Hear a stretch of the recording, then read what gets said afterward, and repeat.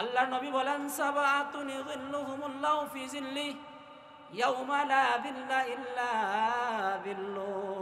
কাল কিয়ামতের ময়দানে আল্লাহ রব্বুল আলামিন 7 শ্রেণীর মানুষকে আরশের ছায়ার নিচে জায়গার ব্যবস্থা করে দিবেন। এক নম্বর হলো ইমামুন আদিলুন, যারা দুনিয়ার জমিনে ইনসাফ করেছে, বিচারক ছিল, বাদশাহ ছিল, প্রধানমন্ত্রী ছিল, এমপি ছিল, মন্ত্রী ছিল, প্রত্যেকটি মানুষ যেই যেই দায়িত্ব ছিল, তার দায়িত্ব থেকে সেই মানুষটা যেই বিচার করেছে, ওই বিচার সে ইনসাফের সাথে করেছে, যেই ফয়সালা দিয়েছে ইনসাফের সাথে ফয়সালা দিয়েছে। আল্লাহ রাসূল বলেন, সেই মানুষটা কাল কিয়ামতের ময়দানে আরশের ছায়ার নিচে জায়গা পাবে। বলেন না সুবহানাল্লাহ। ইমামুন আদিলুন কারা? আল মুরাদু বিল ইমাম আল হাকিমু ওয়াস সুলতানু ওয়া ইয়াশমুলু আইজান আল কাযী ওয়া কুল্লু মান লাহু বিলায়াতুন আলা গায়রি। প্রত্যেক ওই ব্যক্তি, সে চাই বাদশাহ হোক অথবা বিচারক হোক, অথবা প্রত্যেক এমন ব্যক্তি যেই ব্যক্তি অন্য কোনো ব্যক্তির অভিভাবকত্ব গ্রহণ করেছে, তার অধীনে যেই লোকগুলো চলে, তারা সবাই কি এর অন্তর্ভুক্ত? আচ্ছা মানুষ বলো দেখি রাত্রি কেন কালো? আচ্ছা মানুষ বলো দেখি রাত্রি কেন কালো? চাঁদ সূর্য কোথা হতে এত আলো পেল? চাঁদ সূর্য কোথা হতে এত আলো পেল? রাত্রি কি আর দিন? রাত্রি তো অন্ধকার কালো, দিন হলো আলো পরিষ্কার। এই যে রাত্রি কালো আর দিন হলো আলোকিত পরিষ্কার, এটা নিয়মতান্ত্রিক ভাবে হচ্ছে, এটা কে করতেছেন? আচ্ছা মানুষ বলো দেখি রাত্রি কেন কালো? চাঁদ সূর্য কোথা হতে এত আলো পেল?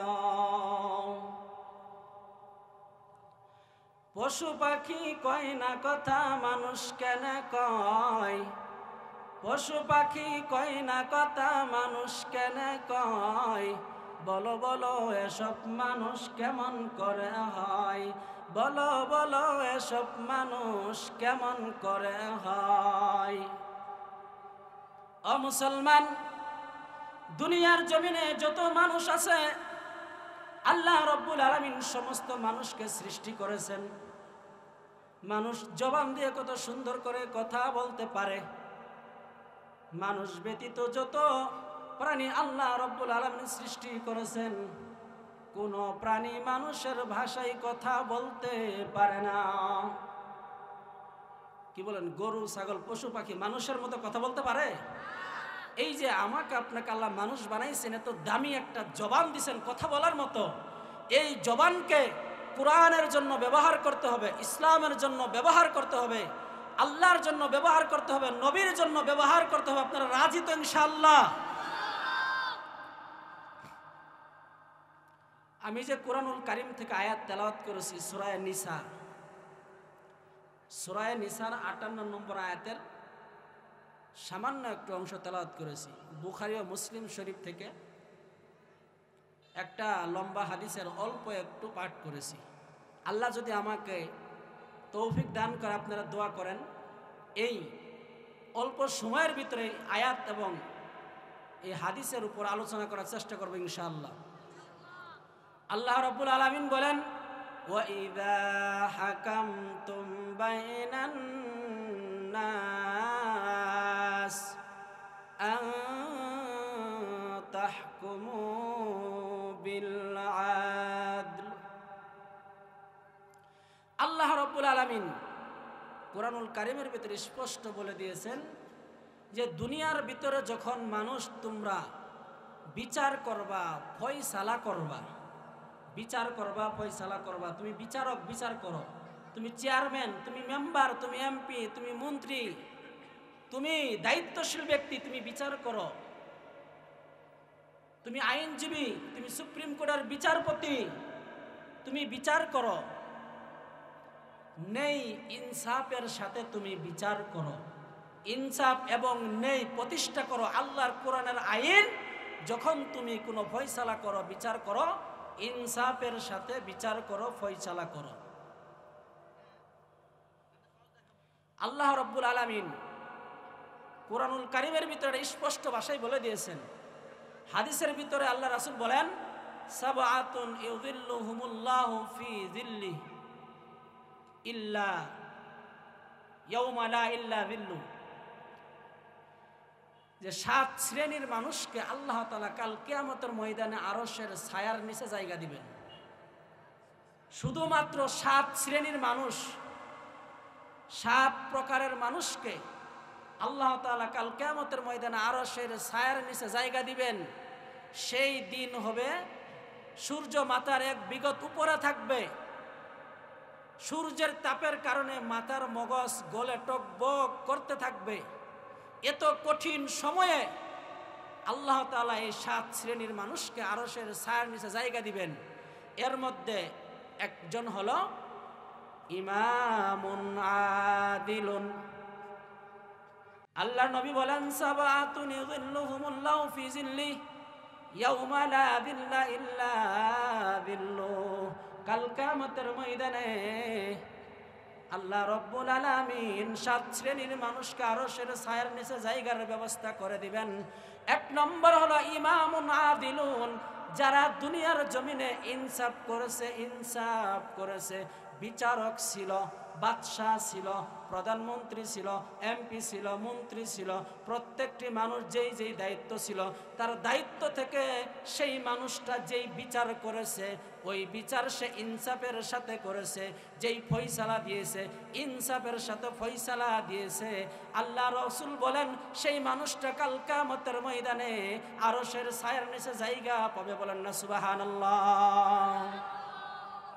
এখন ইমামুন আদিলুন কারা? আল মুরাদু বিল ইমাম আল হাকিমু ওয়াস সুলতানু ওয়া ইয়াশমুলু আইজান আল কাযী ওয়া কুল্লু মান লাহু বিলায়াতুন আলা গায়রিহি। প্রত্যেক ওই ব্যক্তি, সে চাই বাদশাহ হোক অথবা বিচারক হোক, অথবা প্রত্যেক এমন ব্যক্তি যেই ব্যক্তি অন্য কোনো ব্যক্তির অভিভাবকত্ব গ্রহণ করেছে, তার অধীনে যেই লোকগুলো চলে, তারা সবাই কি এর অন্তর্ভুক্ত। আবু দাউদ শরীফের ভিতরে একটা হাদিস আছে, ও কুল্লু মাসউলুন আন রায়াতিহি। আল্লাহ তাআলা কাল কিয়ামতের ময়দানে প্রত্যেক দায়িত্বশীল ব্যক্তিকে জিজ্ঞাসা করবেন, ও কুল্লু মান লাহু বিলায়াতুন আলা গায়রিহি। প্রত্যেক এমন ব্যক্তি যেই ব্যক্তি অন্যের উপর তার অভিভাবকত্ব আছে, অন্যের উপর সে কি অভিভাবকত্ব গ্রহণ করে, অন্যকে চালা, এরকম একটা পরিবার থেকে নিয়ে শুরু করে রাষ্ট্রের যিনি প্রথম শ্রেণীর ব্যক্তি তিনি সহ সমস্ত মানুষ কোনো না কোনো দায়িত্ব আছে। এই দায়িত্ব থেকে আমার ইনসাফ করতে হবে। ওয়াল আদিল আল্লাযী ইয়াহকুমু বিল আদলি বাইনান নাস, যেই ব্যক্তি মানুষের মাঝে নেই ইনসাফ করে। আল্লাযী ইয়াহকুমু বিল আদলি বাইনান নাস, মানুষের মাঝে কি করে? ইনসাফ করে, ইনসাফের সাথে বিচার করে, ফয়সালা করে। ফালা ইয়ামিলু মা হাওয়া ওয়ালা ইয়ারতাশি বিমাল। দুনিয়ার কোনো ক্ষমতা, দুনিয়ার কোনো বাহাদুরি, দুনিয়ার কোনো সম্পদ তাকে তার এই দায়িত্ব থেকে সরাইতে পারে না। সে যেই দায়িত্ব আছে এই দায়িত্ব থেকে সে ইনসাফ কায়েম করে, ইনসাফের সাথে বিচার করে, ফয়সালা করে। ওয়ালা ইয়ারতাশি বিমাল, এবং কোনো ধরনের ঘুষ গ্রহণ করে না। তাহলে আমরা বুঝতে পারলাম আপনার পরিবার প্রধান, এরকমভাবে সবাই সবার পরিবার প্রধান। আমি থেকে নিয়ে শুরু করে মেম্বার, চেয়ারম্যান, এমপি, মন্ত্রী, প্রধানমন্ত্রী, সবাই কোনো না কোনো দায়িত্ব আছে। সবার উপর আবশ্যক হলো আল্লাহর কোরআনের হুকুম বাস্তবায়ন করা, নবীর হাদিসের হুকুমকে প্রয়োগ করা, এমনভাবে যদি করে তাহলে সেই ব্যক্তিকে আল্লাহ তাআলা কিয়ামতের ময়দানে আরশের ছায়ার নিচে জায়গা দিবেন। কিন্তু এখন বর্তমানে এই নেই ইনসাফের অবস্থা আছে। বিচারপতি যারা বিচার করেন তাদের ভিতরে যত ধরনের দুর্নীতি, ঘুষ, দুর্নীতি করতে করতে, ঘুষ খাইতে খাইতে তারা এমন হয়ে গেছে, নেই ইনসাফের কথা তারা ভুলে গেছে, কোরআন হাদিসের কথা ভুলে গেছে। বিচারপতি তোমার কাছে বিচার না পেলে, বিচারপতি তোমার কাছে বিচার না পেলে, কোথায় বিচার পাবো আমি কার কাছে গেলে, কোথায় বিচার পাবো আমি কার কাছে গেলে। মানুষের সুবিবেক বিচার বন্দি টাকার ফান্দে, মানুষের সুবিবেক বিচার বন্দি টাকার ফান্দে, কোর্ট কাচারির দ্বারে দ্বারে সুবিচারের বাণী কান্দে, কোর্ট কাচারির দ্বারে দ্বারে সুবিচারের বাণী কান্দে। কত দোষীরা দেখি সারা পেয়ে যায়, কত দোষীরা দেখি সারা পেয়ে যায় আলেম ওলামা জেলে, কত ঠিক কিনা? কত দোষীরা দেখি সারা পেয়ে যায় আলেম ওলামা জেলে, কত দোষীরা দেখি সারা পেয়ে যায় নিরপরাধ জেলে। বিচারপতি তোমার কাছে বিচার না পেলে, কোথায় বিচার পাবো আমি কার কাছে গেলে, কোথায় বিচার পাবো আমি কার কাছে গেলে। ও মুসলমান, ভালো করে শুনিয়া লও, এই দুনিয়ার জমিনে যারা ইনসাফ করবে না, দুনিয়ার জমিনে যারা বেইনসাফি করবে, কাল কিয়ামতের ময়দানে আল্লাহ রাব্বুল আলামিন তাদের জন্য জাহান্নামের ফয়সালা করবেন। দুনিয়াটা হলো এমন, সবাই টাকার দিকে শুধু দৌড়া, টাকার দিকে দৌড়া। যে টাকা দিবে তার মিথ্যা সব ঢেকে দিয়ে তাকে নেই বানিয়ে দিবে, আর যে নেই ভালো তাকে জুলুম করে তার উপর জুলুম করা হয়, বেইনসাফি করা হয়। এই জন্য যারা যে দায়িত্ব আছেন, ইনসাফের সাথে যদি কাজ করেন, কিয়ামতের ময়দানে আপনি আরশের ছায়ার নিচে জায়গা পাবেন। আর আরশের ছায়ার নিচে যদি জায়গা পেয়ে যান, মনে করেন আল্লাহ তাআলা আপনাকে বিনা হিসেবে জান্নাত দিবেন। বলুন সুবহানাল্লাহ। দ্বিতীয় নম্বর হলো ওয়াশাবুন নাশা ফি ইবাদাতি রাব্বি। ওই যুবক, যেই যুবক তার যৌবনকাল আল্লাহ রাব্বুল আলামিনের ইবাদতে ব্যয় করেছে, কোরআন হাদিস মোতাবেক তার জীবনকে ব্যয় করেছে, আল্লাহ রাসূলের তরিকায় তার জীবনকে পরিচালনা করেছে। ওয়াশাবুন নাশা ফি ইবাদাতি রাব্বি, যেই যুবক তার যৌবনকাল আল্লাহর ইবাদতের জন্য ব্যয় করেছে, আল্লাহ তাআলা কিয়ামতের ময়দানে প্রত্যেকটি মানুষকে প্রশ্ন করবেন 5টা। এর মধ্যে একটা হলো, তুমি তোমার যৌবনকাল কোন কাজে ব্যয় করেছো, এটা হিসাব না দেওয়া পর্যন্ত সামনে যাওয়ার সুযোগ নাই। আমরা যারা যুবক আছি, আমাদের যৌবনকাল ইসলামের জন্য ব্যয় করতে হবে। আর যারা বৃদ্ধ হয়ে গেছি, আমরা যৌবনকাল কোন কাজে ব্যয় করেছি চিন্তা করি, চিন্তা করে আজকে মাহফিল থেকে নিজেকে পরিশুদ্ধ বানায় নিয়ে যাই। তৃতীয় নম্বর হলো রাজুলুন কলবুহু মুআল্লাকুন ফিল মাসাজিদ। ওই মানুষকে আল্লাহ তাআলা কাল কিয়ামতের ময়দানে আরশের ছায়ার নিচে জায়গার ব্যবস্থা করবেন। রে মুসলমান, যেই মানুষটা নিয়মিত মসজিদে গিয়ে 5 ওয়াক্ত নামাজ আদায় করেছে। রাজুলুন কলবুহু মুআল্লাকুন ফিল মাসাজিদ, যার অন্তরটা মসজিদের সাথে মহব্বত ছিল, মসজিদের সাথে জ্বলন্ত ছিল, মানে নামাজ পড়ছে, আবার তার টেনশন আবার কখন নামাজের সময় হবে, আবার নামাজ পড়তে যাবে। মুহিব্বুল্লাহা হুব্বান শাদীদান ওয়া ইয়ান্তাজির সালাতু বাদা সালাতি ওয়া ইউসাল্লিহা আন ওয়াক্তিহা বিল জামাআতি। সে নামাজ আদায় করেছে, আবার আরেক ওয়াক্ত নামাজের জন্য অপেক্ষা করতেছে, চিন্তা করতেছে, এবং সে চিন্তা করে অপেক্ষা করে, শুধু তাই নয়, আবার জামাতের সাথে নামাজও আদায় করে।